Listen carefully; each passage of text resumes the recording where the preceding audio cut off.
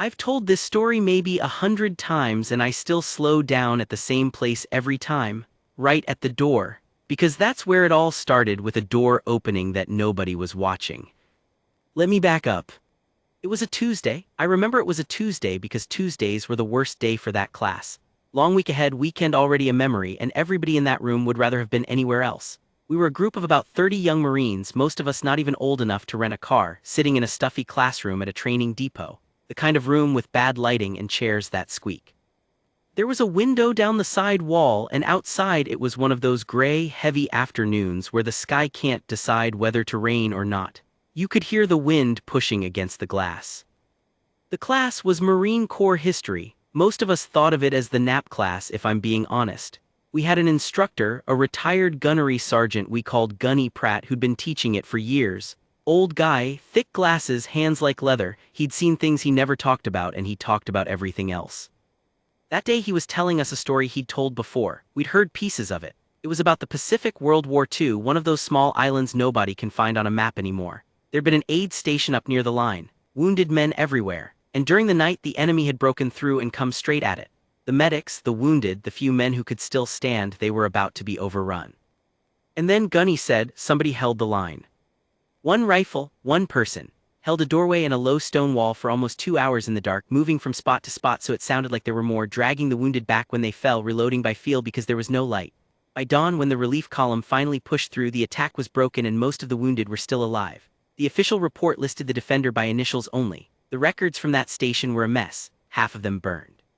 So the story had become a kind of legend. The Marine at the aid station. Nobody knew the name, nobody knew what happened to that person after.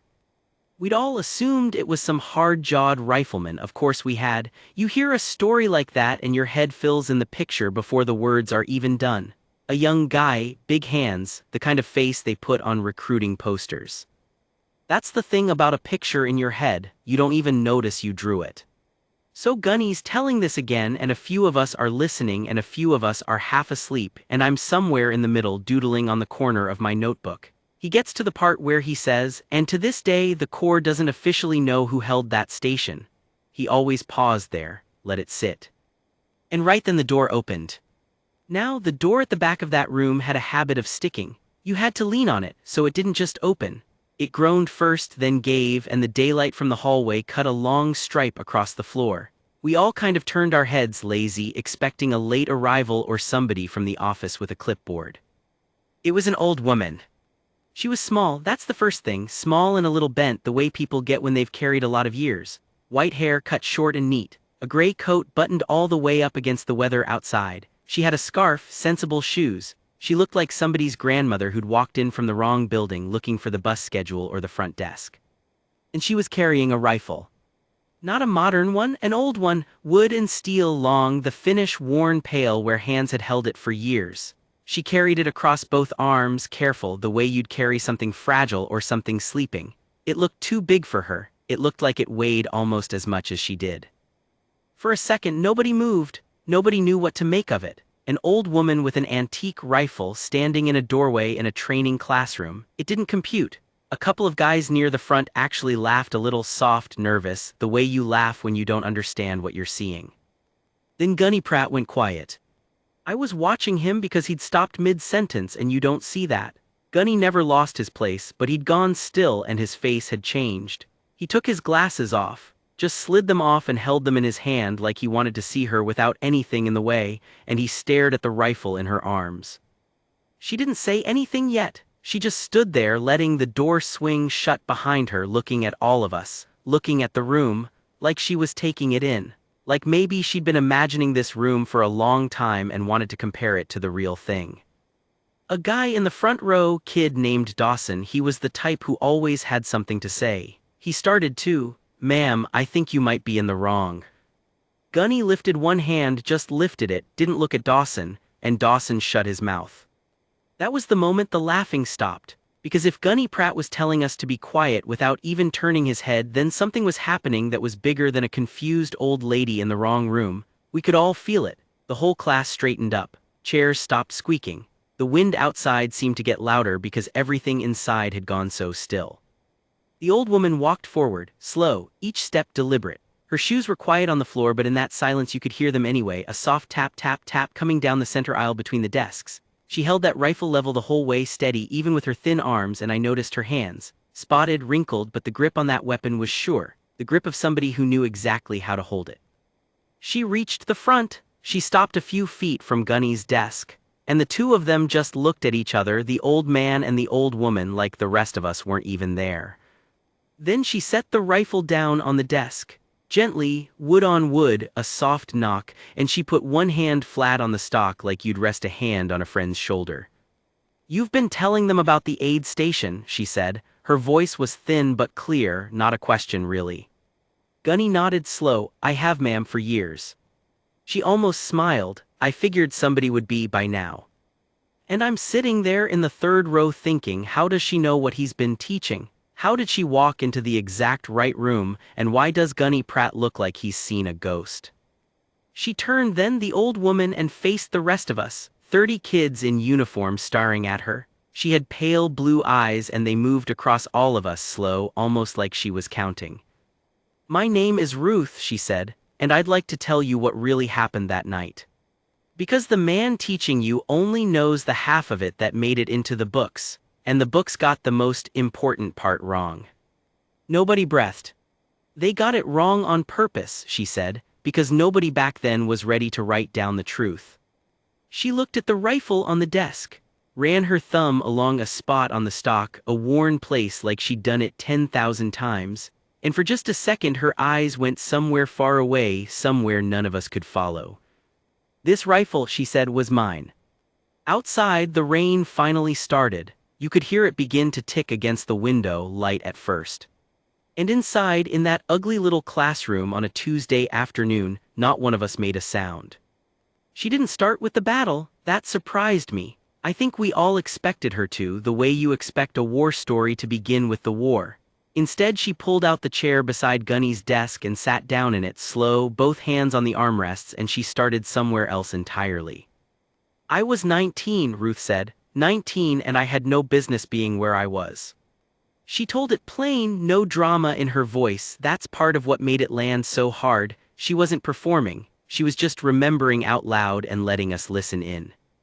Her father, she said, had been a shooting man his whole life. Competitions, hunting, the works. He had 3 daughters and no sons, and he decided early on that meant his daughters would learn what his sons would have. So from the time she could lift one, Ruth shot, rifles mostly. By the time she was 12, she could outshoot the men at the county range, and they hated it, and her father loved that they hated it. When the war came, her brothers-in-law went, her neighbors went, the boys she'd grown up with went. And Ruth wanted to go too, and of course they wouldn't let her, not the way she wanted. So she did the thing they would let her do. She trained as a nurse and she got herself onto a hospital posting, and through a string of transfers and a war that kept moving the lines faster than anyone could keep up, she ended up on that island, at that aid station. Up closer to the fighting than a nurse was ever supposed to be, because the fighting had a way of not respecting the lines on the map.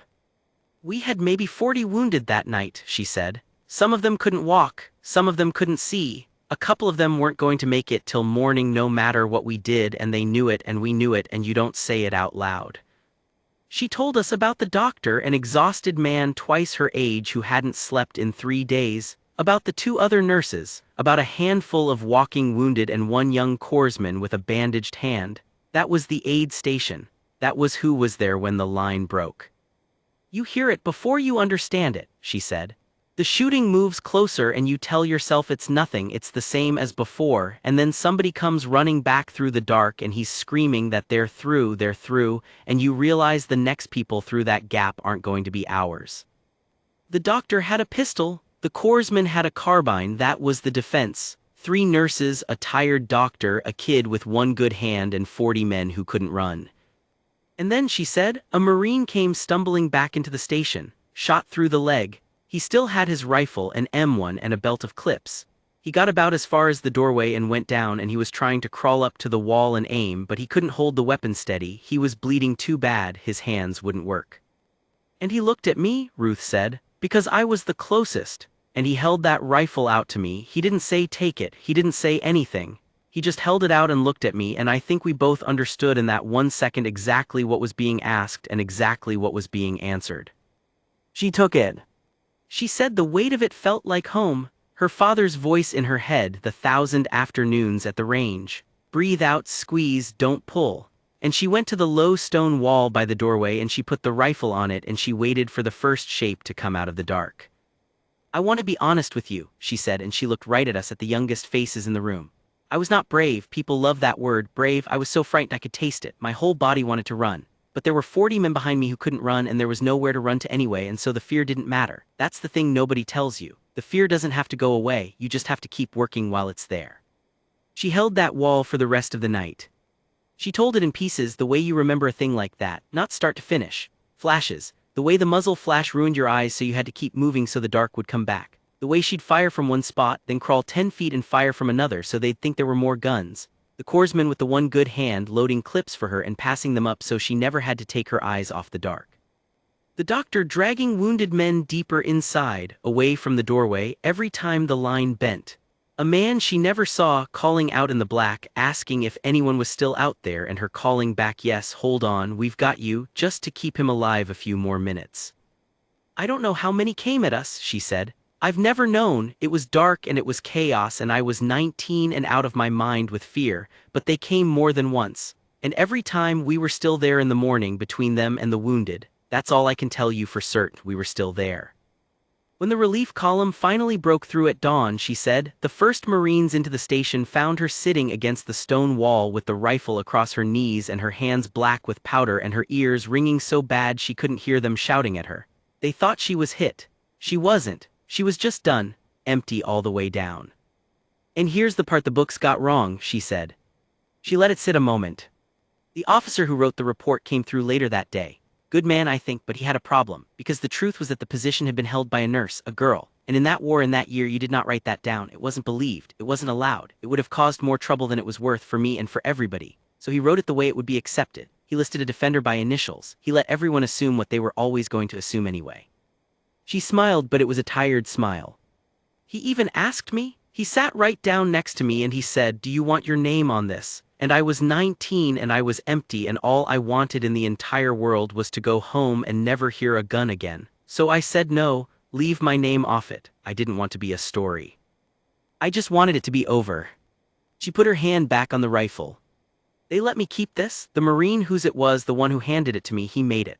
They patched his leg and he lived, and before they shipped him out he found me and he said, that's yours now. You earned it more than I did. And he made them let me keep it. I've had it 60 years. I never told this story to anyone. My husband knew, my children a little, that's all. The room was so quiet I could hear the clock on the back wall. Then Dawson, the kid in the front who'd almost told her she was in the wrong room, asked the question we were all afraid to ask. Ma'am, he said, and his voice cracked a little, why now, why tell us now? Ruth looked at him for a long moment. Because I'm the last one, she said simply. The doctor's gone, the other nurses are gone. The corpsman passed 2 winters ago, he was the last one I knew of besides me. And when I go, the truth of that night goes with me. And I decided I didn't want it to, not because I want credit, I told you I never wanted to be a story. She paused. But there are men alive today, old men now grandfathers, whose fathers came home from that island because somebody held that wall. And I thought their grandchildren ought to know it was true, even if they never know my name. She looked at Gunny Pratt then. You've been keeping it alive, she said to him. All these years telling these children about the aid station, not even knowing the half of it. I heard about you from a friend of a friend, an old Marine network. Word gets around even to us. She almost laughed. So I thought before it's too late I'd come and give you the rest of it. And Gunny Pratt, this hard old man who'd never lost his place in a lecture in his life, took off his glasses again and I saw his eyes were wet and he didn't bother to hide it. I keep thinking about what happened next because of how slow it was. It wasn't sudden, nobody jumped up. It started with one Marine in the back, a staff sergeant who'd been auditing the class, older than the rest of us, quiet guy, I never knew his name. He stood up, just stood at his desk and came to attention, didn't say a word. Then another one stood, then a whole row. Then it moved across the room like wind across a field, and 30 young Marines came up out of those squeaky chairs and stood at attention, facing one small old woman in a gray coat sitting by the desk with her hand on a rifle. Ruth looked startled. I think for a second she didn't understand. Then she did, and she pressed her lips together hard, the way you do when you're trying not to cry in front of people, and she shook her head a little like she wanted to tell us, no, no, don't, I'm not anyone, I told you I never wanted this. But we stayed standing. And Gunny Pratt came around the front of his desk slow, his bad knee and all, and he stood in front of her and he didn't say anything for a long time. Then he said, "Ma'am, on behalf of every Marine who walked off that island, and every one of their sons and daughters, and every kid in this room who's going to remember this for the rest of his life." He stopped, his voice wasn't working right. He tried again. "Thank you doesn't cover it, but it's what I've got." And then he saluted her. Now you have to understand, you salute officers. Ruth was a nurse 60 years ago. By every regulation there was no requirement for a single one of us to render her anything. But Gunny Pratt saluted her like she was a 4-star general, slow and crisp and holding it, and every Marine in that room saluted with him and we held it, and the only sound was the rain on the window. Ruth sat there with all those hands up, all those young faces, and the tears finally came quiet, just running down without her making any sound at all. She put her free hand up to her mouth, and then she did something I'll never forget. She reached out and she put her hand flat on the rifle on that worn spot her thumb knew so well, and she gave the smallest nod, like she was telling somebody who wasn't there anymore, like she was saying, "See, they remember, we made it." The wall held.